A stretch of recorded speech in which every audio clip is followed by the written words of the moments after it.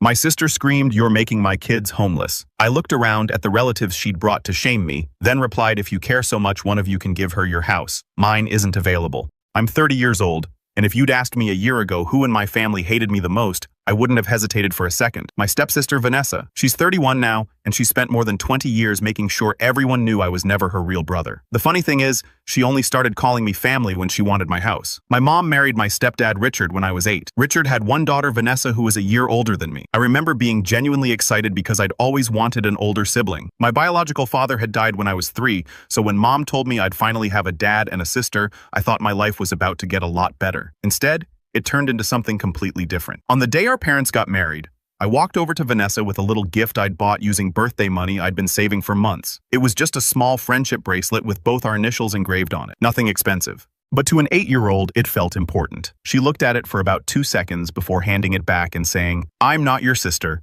Don't call me that." I still remember standing there in my little suit while adults laughed awkwardly, assuming she was just being shy. She wasn't shy. She meant every word. From that day forward, she made it her personal mission to remind me exactly where I stood. If anyone at school called us brother and sister, she'd immediately correct them. If relatives introduced us together, she'd interrupt and explain that we weren't actually related.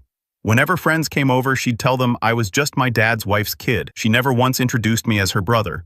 Not once. At first, I kept trying because I was a kid and kids are optimistic. I'd ask if she wanted to play games together. She'd say no. I'd ask if she wanted to ride bikes. She'd leave without me. I tried including her whenever my friends came over because I figured maybe if we spent more time together, she'd warm up.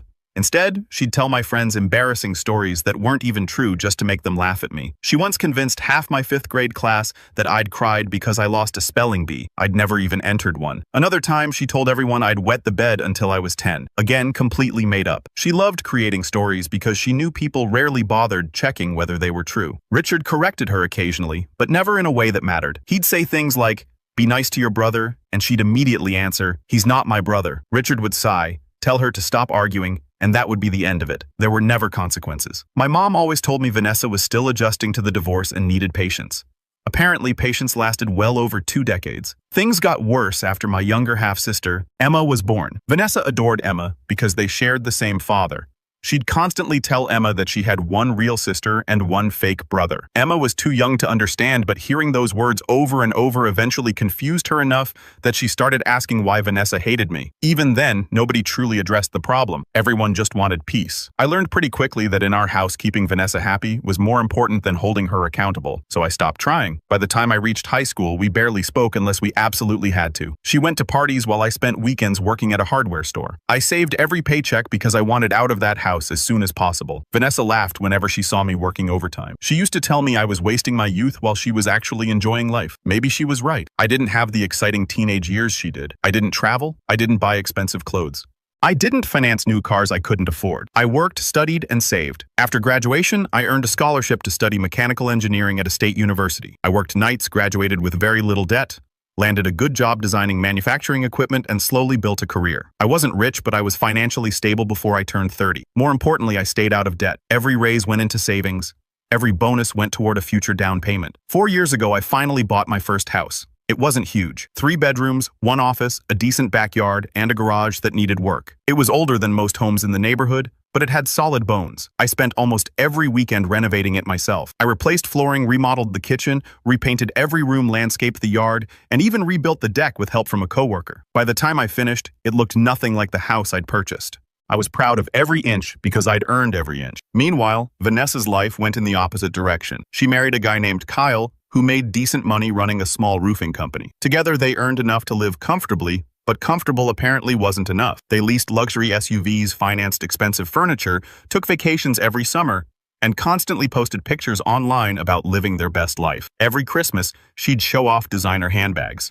Every birthday party for her 3 kids looked like it cost more than my first car. Whenever relatives complimented my house, she'd shrug and say it was cute for someone who lived alone. The one time she actually visited after I finished renovating, she walked through every room without saying anything positive. Before leaving, she looked around and said, "Seems like a waste for one person to have all this space." At the time, I thought it was just another unnecessary comment. Looking back, I realized she'd already started looking at my house as something she deserved more than I did. We rarely spoke after that. Holidays were about the only time we occupied the same room, And even then, she'd barely acknowledge me unless she needed something lifted, fixed, or assembled. Funny how I wasn't family until furniture needed moving. Last winter, everything changed. Kyle's roofing business started losing money after several large commercial contracts fell through. Instead of cutting expenses, they doubled down. They refinanced vehicles, maxed out credit cards, and somehow convinced themselves another big contract would solve everything. It didn't. Within 6 months, the business collapsed completely. Creditors came after the equipment, their vehicles were repossessed, and they fell almost 5 months behind on rent. Kyle eventually packed a suitcase one morning, told Vanessa he couldn't handle the pressure anymore, and left. Nobody heard from him for weeks.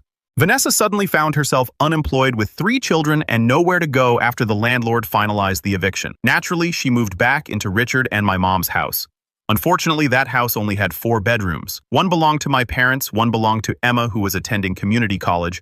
One had been converted into Richard's office after retirement, leaving Vanessa and her 3 children squeezed into the remaining bedroom. According to my mother, everyone was miserable within 2 weeks. The children fought constantly because there wasn't enough space. Vanessa complained about everything from the food to the internet speed. She expected my mother to babysit while she looked for work, although months passed without a single interview. Richard quietly covered her insurance payments because she said she couldn't risk losing the SUV while job hunting. Every phone conversation I had with my mom somehow turned into another complaint about how exhausted she was. I sympathized, but I stayed out of it. It wasn't my problem. Then one Saturday afternoon, my mom called and asked if she and Richard could stop by because they needed to discuss something important. I honestly thought someone was sick. Instead, they sat at my dining table looking unusually nervous.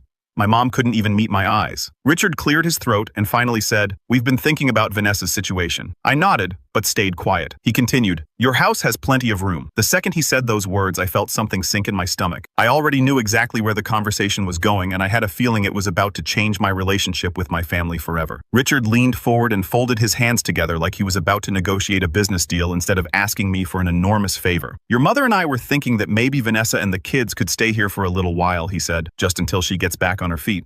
I looked at him, then at my mom, who still wouldn't make eye contact with me. "How long is a little while?" I asked. Richard shrugged. "A few months, maybe." That answer alone told me nobody had actually thought this through. A few months was vague enough to become a year. I asked whether Vanessa had found a job yet. My mom quietly admitted she hadn't. I asked whether she was actively interviewing anywhere. Another uncomfortable silence. Richard finally answered that she'd been focusing on getting the children settled first. That sounded suspicious, considering she'd already been living with them for almost 3 months. Then my mom finally spoke. She actually had another idea. "I already knew I wasn't going to like whatever came next," she thinks. "Maybe it would be easier if you stayed with us for a while instead." I blinked a couple of times because I honestly thought I'd misunderstood. "Stayed with you?" My mom nodded carefully. "Just temporarily. That way the children wouldn't have to keep moving around and your house already has enough bedrooms." I actually laughed, not because anything was funny, but because it was so absurd that my brain didn't know how else to react. "So let me make sure I understand this," I said. "Vanessa doesn't want to stay with me. She wants me to move out of my own house so she can move into it." Richard immediately tried to soften it. "It's not like that." Then explain how it's different. He opened his mouth, thought about it for a moment, then closed it again. My mom tried instead. "Honey, you're one person. She's raising 3 children. With my house." Another silence. I leaned back in my chair and looked around the dining room I'd spent months renovating. Every cabinet had been installed by me. Every light fixture. Every floorboard. I could still remember spending entire weekends covered in drywall dust because I couldn't afford contractors. And now they were asking me to pack a suitcase and leave because my stepsister had decided she deserved it more. Did Vanessa actually ask for this? I already knew the answer. Richard sighed. It was her suggestion. Of course it was. My mom reached across the table and touched my hand. "She's under a lot of stress." I gently pulled my hand away. "Mom, she spent 20 years telling me I wasn't family." That was a long time ago, really. Because last Christmas, her youngest son asked who I was, and she introduced me as Grandpa Richard's wife's son. That was 7 months ago. Neither of them said anything. Has she apologized for any of it, I asked. No. Has she admitted she treated me badly? More silence. Has she even called me? My mom quietly answered. No. I nodded. So she doesn't think she owes me an apology, but she thinks I owe her my house. Richard became visibly irritated. Nobody's asking you to give away your house. If I move out and she moves in without paying rent, without a lease, and without an end date, what exactly am I doing? He insisted it would only be temporary, but I noticed neither of them could define temporary. 3 months became 6. 6 became a year. A year became impossible to undo because nobody wanted to force children to move again. I'd seen enough stories to know exactly how that would end. I calmly told them no. Not maybe. Not after I thought about it. Just no. My mother immediately started crying. Richard looked disappointed, almost offended. I thought we raised you to help family, he said. That sentence irritated me more than anything else he'd said all afternoon. Family, I asked. Interesting word. Where was all this family talk when Vanessa spent 20 years telling everyone I wasn't her brother? He looked away. She was a kid. She's 31 now. People change. Has she, I asked? Because from where I'm sitting, the only thing that's changed is that she needs something. My mom quietly asked whether I'd at least consider letting Vanessa and the children stay while I remained in the house. I shook my head immediately. Absolutely not. Why, she asked. Because she'd never leave. Richard frowned. That's a pretty unfair assumption. I looked directly at him. She already believes she deserves my house. You don't think she'd suddenly decide the kids need stability after 6 months? Or a year? Then what happens? You ask me to wait a little longer because moving them would be unfair. Neither of them answered, because they both knew exactly how every future conversation would go. The reasonable person always had to compromise. That had been the rule my entire childhood. Richard finally stood up. I'm disappointed in you. I'm disappointed you even asked. They left shortly afterward. My mom hugged me before leaving, but it felt different, like she knew she'd crossed a line. Richard simply walked to his truck without another word. I honestly believed that would be the end of it. I'd said no. They'd heard me. Life would move on. Instead, everything exploded 3 days later. I was sitting in a meeting at work when my phone started vibrating nonstop. Since I couldn't answer, I ignored it until lunch. When I finally checked it, I had 18 missed calls and over 40 text messages. Most were from relatives I hadn't spoken to in months. The very first text simply read, "How could you do this?" Another said, "Those poor children deserve better." A cousin I'd barely spoken to in years called me selfish. One aunt said she expected more compassion from me. Completely confused, I opened social media for the first time in weeks. Right at the top of my feed was a public post from Vanessa. She hadn't used my name, but she didn't have to. She wrote about being abandoned by her husband struggling to raise 3 children, and having a wealthy relative with a large empty house who refused to help because he cared more about property than family. She wrote that her children were sleeping on the floor because someone who claims to love family slammed the door in our faces. That part especially annoyed me because nobody had ever stood at my door. She finished by saying she hoped her children would never grow up as cold-hearted as some people. Thousands of people had reacted to the post. Hundreds of comments called me heartless without even knowing my name. The worst part wasn't strangers. It was relatives agreeing with her. People who had watched her reject me my entire childhood were suddenly acting like I was obligated to rescue her because she had children. I didn't respond publicly. Instead, I took screenshots of everything. Something told me this wasn't over. About an hour later, my phone rang again. This time, it was Vanessa herself. Against my better judgment, I answered. She didn't even say hello. "You embarrassed Mom," she said. I almost laughed. "I embarrassed Mom. She cried because you refused to help us." "No," I replied. "She cried because she realized how ridiculous this request was." Vanessa's tone instantly became colder. "You really are going to make my kids suffer over a childhood grudge. This isn't about childhood. Then what's it about? It's about the fact that you're asking me to leave my own home." She sighed dramatically like I was the unreasonable one. "You don't even need all that space. That's not your decision. You're being selfish." "Maybe," I answered calmly, "but selfish people usually don't spend 20 years telling someone they aren't family before asking for their house." She went quiet for a moment before saying something that honestly made me smile. "Dad agrees with me." That single sentence told me everything I needed to know. She genuinely believed she was going to win because she'd spent her entire life getting her way whenever Richard wanted to avoid conflict.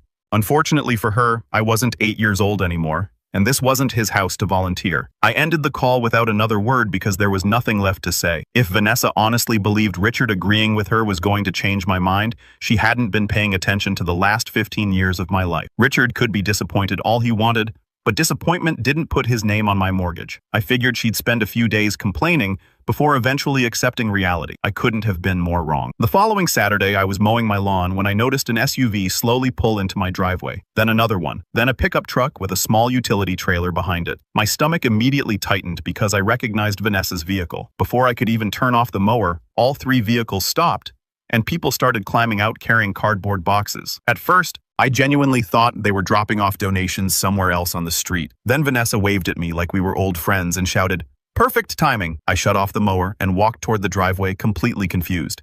"What are you doing?" I asked. "Moving in," she answered as casually as if we'd already discussed it. I honestly stared at her for several seconds because I thought she had to be joking. She wasn't. 2 of our cousins had already started unloading plastic storage bins from the trailer. One of my aunts was carrying grocery bags toward my front porch. Even Richard climbed out of his truck looking uncomfortable while avoiding eye contact. My mother wasn't there. That was the first thing I noticed. I asked Vanessa whether she'd completely lost her mind. She rolled her eyes and said, "Everyone talked about it, and we agreed this is the best solution." "Who's everyone?" I asked. "The people who actually care about family." One cousin awkwardly smiled and told me they thought I'd changed my mind after talking things over with Richard. I looked at him and said, "Did I ever tell you that?" His smile disappeared immediately. "Well, no. Did anyone actually ask me?" Nobody answered. Vanessa stepped closer and lowered her voice like she was explaining something obvious to a child. "Look, everyone knows you're stubborn. We figured once the kids were actually here, you'd stop acting like this." I couldn't believe what I was hearing. She hadn't come to ask again. She'd decided to skip my answer entirely and rely on social pressure to force me into accepting her. She genuinely thought that if enough relatives showed up carrying boxes, I'd be too embarrassed to send them away. Unfortunately for her, she had seriously misjudged me. I walked straight past everyone, unlocked my front door, stepped inside, and locked it again behind me. Through the front window, I could see people looking confused. 30 seconds later, my phone rang. "Vanessa," I answered. "Open the door," she said. "No. Stop making a scene. You're the one trying to move into someone else's house." She sighed loudly. "The kids are standing outside in the heat. Then maybe you should take them somewhere that actually belongs to you." She started raising her voice. "You're seriously going to do this?" "Yes." "Fine." She hung up. About 5 minutes later, there was loud knocking on my front door. Then more knocking. Then Richard's voice asking if we could all just talk calmly. I opened the door just enough to step onto the porch behind me, making sure nobody could push past me. Richard looked exhausted. "Son?" he started. "Don't," I interrupted. "Don't call me son when you're standing in front of my house trying to help someone move in after I already said no." His face immediately fell. He admitted the whole thing had been Vanessa's idea, but insisted he only came because he hoped I'd reconsider once everyone was present. I asked him one question. "If I showed up at your house with a trailer full of my furniture, after you told me no, what would you do?" He didn't answer. Vanessa answered for him. "That's completely different." How, I asked. "Because you don't have children." There it was again. Every argument somehow came back to the fact that she had children, as though giving birth automatically entitled someone to other people's property. I looked around at everyone standing in my driveway. Did any of you ask whether Vanessa offered to pay rent? Silence. Did any of you ask whether she'd contribute to utilities? More silence. Did anyone ask how long she planned to stay? My aunt quietly admitted they assumed it would only be a few months.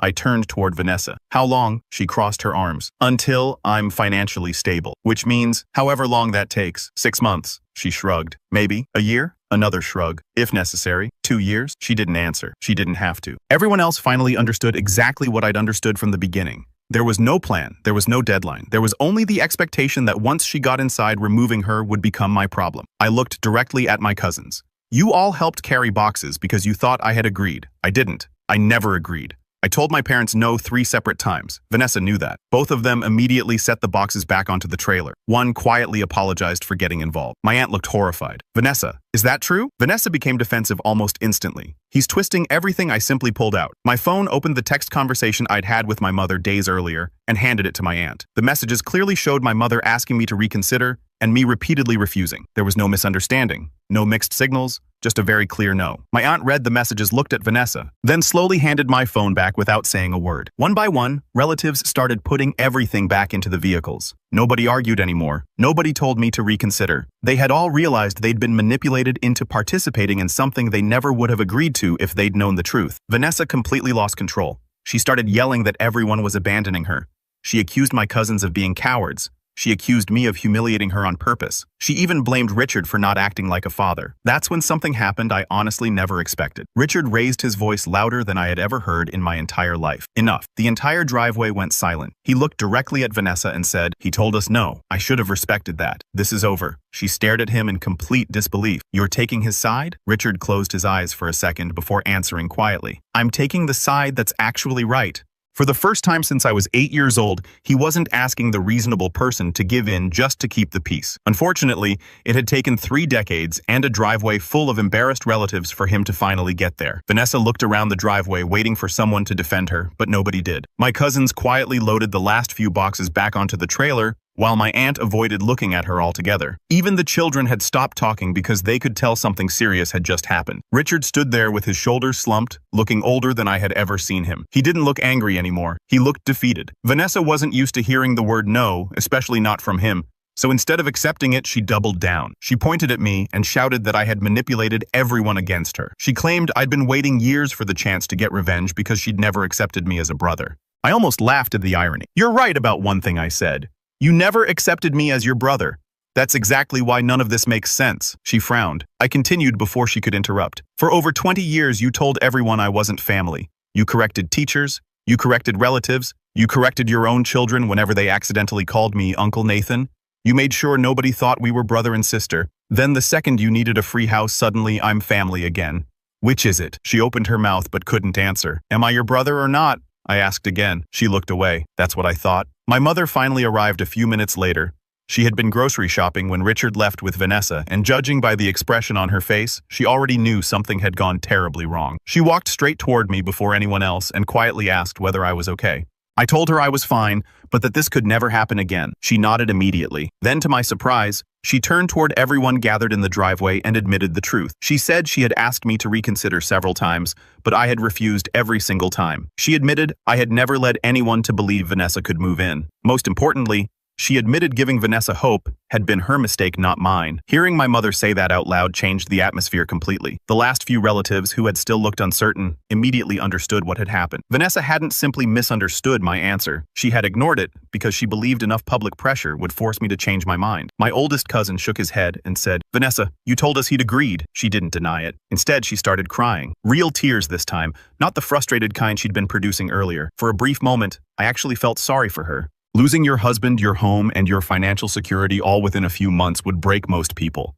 Then she pointed at me and screamed that everything was my fault, because if I had just acted like family, none of this would have happened. Whatever sympathy I'd started feeling disappeared instantly. I calmly asked everyone one question. If any of you believe she deserves free housing, why hasn't anyone offered your own house? Nobody spoke. They all loved volunteering mine, but none of them seemed interested in volunteering there. My aunt quietly admitted they lived in a 2-bedroom condo. One cousin said his apartment wouldn't allow additional occupants. Another relative explained they already had 4 children themselves. Every answer was perfectly reasonable. None of them wanted to sacrifice their own homes. Somehow, I was the selfish one for feeling exactly the same way. Within another 10 minutes, every box was back in the trailer, every vehicle pulled out of my driveway, and the only people left were my mother, Richard, and me. Richard stood silently for almost a full minute before finally speaking. "I owe you an apology." Those were 4 words I'd waited over 20 years to hear. He admitted he'd spent most of Vanessa's life giving in because arguing with her was exhausting. Every time she caused problems, he'd convinced himself keeping the peace was the easiest solution. Looking back, he realized all he'd really done was teach her that if she pushed hard enough, everyone else would eventually surrender. He said watching her try to take over my house had finally forced him to see how badly he'd failed both of us. I appreciated the apology, but I also told him the truth. One apology couldn't erase decades of being expected to compromise, while Vanessa never had to. If we were going to have a relationship moving forward, things had to change. He nodded and said he understood. My mother hugged me before leaving and quietly said she was proud that I had stood my ground, even if she'd been too afraid to support me at the beginning. Over the next few months, things slowly settled down. Vanessa eventually accepted a full-time office job through one of Richard's former co-workers. Between her income and child support that she finally pursued through the courts, she was able to rent a small townhouse for herself and the kids. It wasn't the large suburban home she'd wanted, but it was hers. We haven't spoken since the day she tried to move into my house. She never apologized, and honestly, I stopped expecting one a long time ago. Richard and I have slowly rebuilt our relationship. It isn't perfect, but it's honest for the first time I can remember. He no longer asks me to keep the peace simply because it's easier. My mother still visits every few weeks, although now she calls before coming over, and she no longer keeps a spare key to my house. That wasn't meant as punishment. It was simply a boundary I needed after everything that happened. As for me, my life is surprisingly peaceful again. The house is still exactly where it was before all of this started, only now it has security cameras and new locks. Sometimes relatives still ask whether I regret refusing to help because of the children. My answer is always the same. I never refused to help because there were children. I refused because helping someone should never require surrendering your home, your boundaries, and your self-respect to a person who spent a lifetime insisting you weren't family until they needed something you owned. Looking back, I don't think the house was ever the real issue. The house was just the final test. The real question was whether I was finally willing to stop sacrificing my own peace to make everyone else's life easier. For the first time in my life, my answer was no, and it turned out to be the best decision I ever made.